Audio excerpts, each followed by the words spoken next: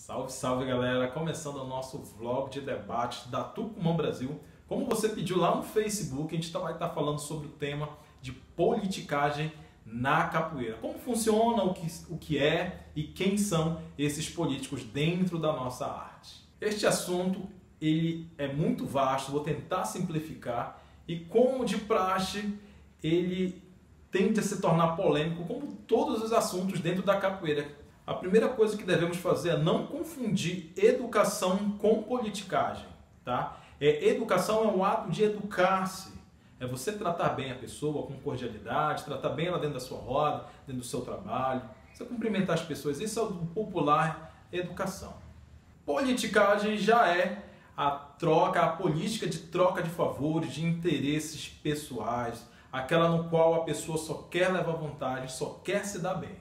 É você aceitar tudo que está acontecendo de errado dentro da nossa arte, para não perder aquela presença do mestre ilustre, daquele colega nosso, né, que tem bastante alunos, ou do cara porque ele é o seu colega na roda, o seu colega de capoeira, para não estar se queimando, você não estar perdendo contingente pessoal para as suas atividades, para o seu evento. Eu só queria te lembrar que a malandragem ela é dentro da roda de capoeira, ela é com o jogador no jogo. Fora da roda, fora da capoeira, é apenas mau caratismo mesmo. Agora que você já sabe a diferença entre educação e entre politicagem, eu vou te mostrar os tipos de políticos e como eles agem.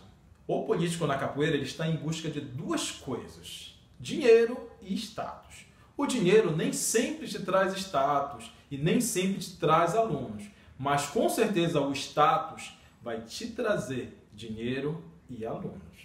O status vai fazer com que ele chegue numa posição privilegiada e ele vai criar mecanismos para fazer você não conseguir chegar lá.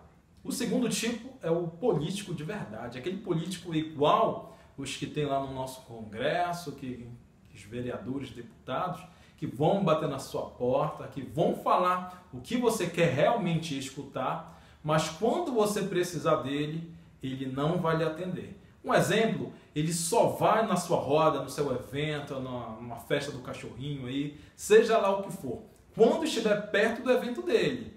Mas quando passar o evento dele, meu camarada, nem procura ele que ele não vai te atender, ele não vai aparecer no teu evento, ele não vai te ajudar, porque ele só vai porque ele quer algo em troca.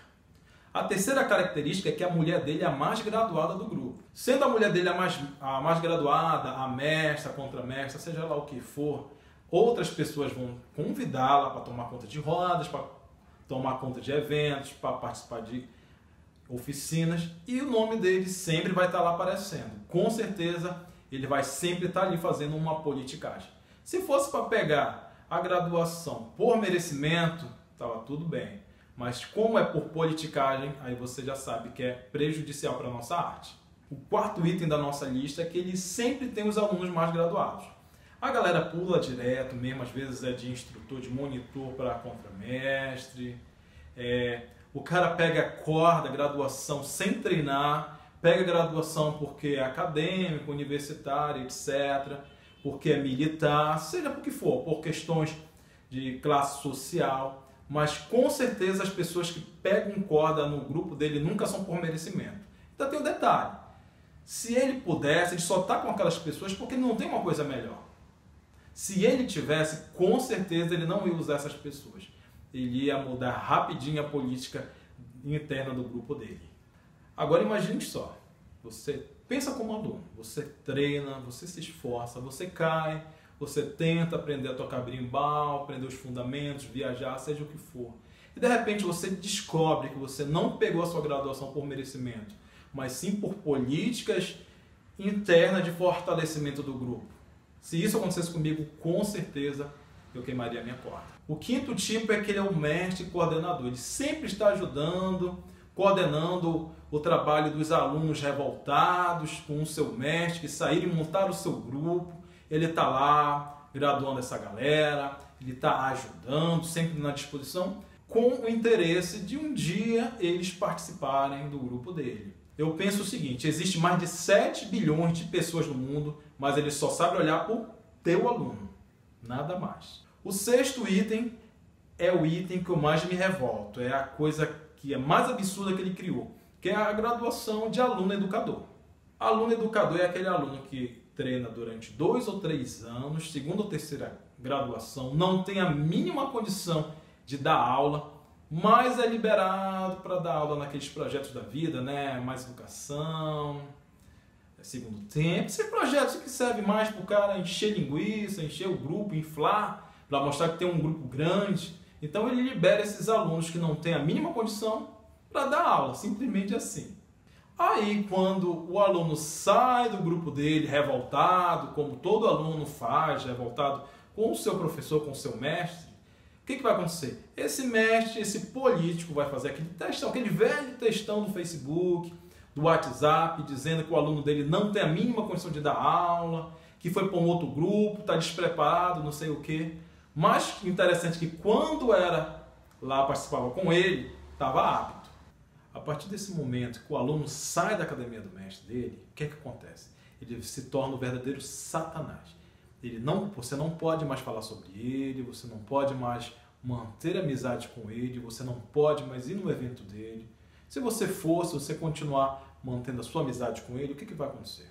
O mestre vai te olhar já de cara torta, de olhar de ponta de olho, você vai começar a ser uma pessoa não grata, essa pessoa aí não tem sangue do grupo, esse cara não veste a camisa do grupo, né? A partir daquele momento, aquela pessoa morreu para a capoeira, morreu completamente. O 6º item da nossa lista é o mestre de postura. Ele adora falar essa palavra. Textão nas fotos do Facebook, do WhatsApp, é sempre na postura. Então o que acontece? Para ele, postura são os 3 macaquinhos lá do Facebook. O que não fala nada, o que não escuta nada, o que principalmente não vê nada. Mas para mim, postura é uma outra coisa totalmente diferente.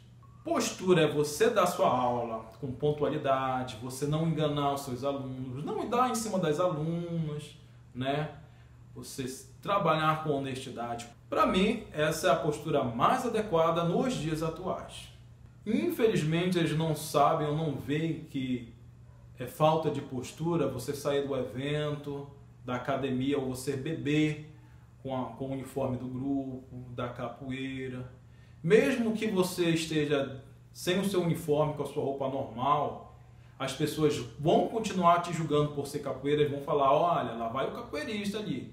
Não está uniformizado, mas está enchendo a cara de cachaça, está dando em cima das alunas, está batendo na mulher, seja o que for, com certeza as pessoas continuarão a te julgar.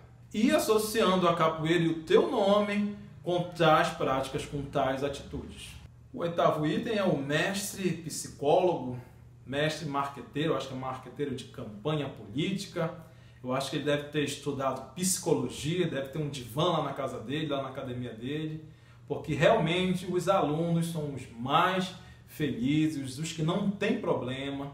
Quando tem um aluno problemático, ele chama, fulano, vem cá, vamos embora conversar. O aluno vai lá, conversa, resolve a situação e ganha uma corda de brinde. Aí nunca mais o aluno reclama, fica satisfeito, como eu nunca vi na vida. Geralmente ele tem um ego inflado, ele gosta que os seus alunos falem bem dele nas redes sociais, no WhatsApp. Olha, fala o meu mestre, olha, o meu mestre é bom, o meu mestre é o melhor, o meu mestre é maravilhoso. Sei lá, eu acho que rola lá umas terapias em grupo, terapia do abraço, alguma coisa assim, um divã lá, a galera bate um papo. Não sei o que fazem, mas só sei que todo mundo é feliz.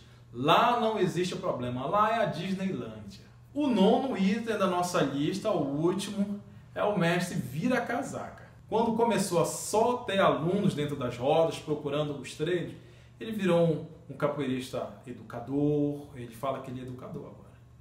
Ele tem metodologia, pedagogia, ele tem vários dias aí. Agora ele muda, não, olha, eu trabalho com criança, o meu trabalho é outro, é isso, aquilo, outro. Mas quando começa a aparecer a galera da maromba, do bodybuilder, do MMA, o que ele faz? A roda já muda. É cacete, é jogo duro, já começa a falar que agora não, é São Bento. Ele volta rapidinho para a velha criatura que ele era. Bem, galera, o intuito desse vídeo não foi julgar ninguém, não é indireta para nenhum grupo, para nenhuma pessoa, para nenhum mestre. é apenas a minha forma de analisar o que acontece dentro da capoeira. Se você gostou do vídeo, deixa a sua opinião, eu vou estar lendo nos comentários, deixa a sugestão também para o próximo tema do nosso próximo vídeo. Eu estou aguardando vocês na próxima semana. Fiquem com Deus, um grande axé para todos.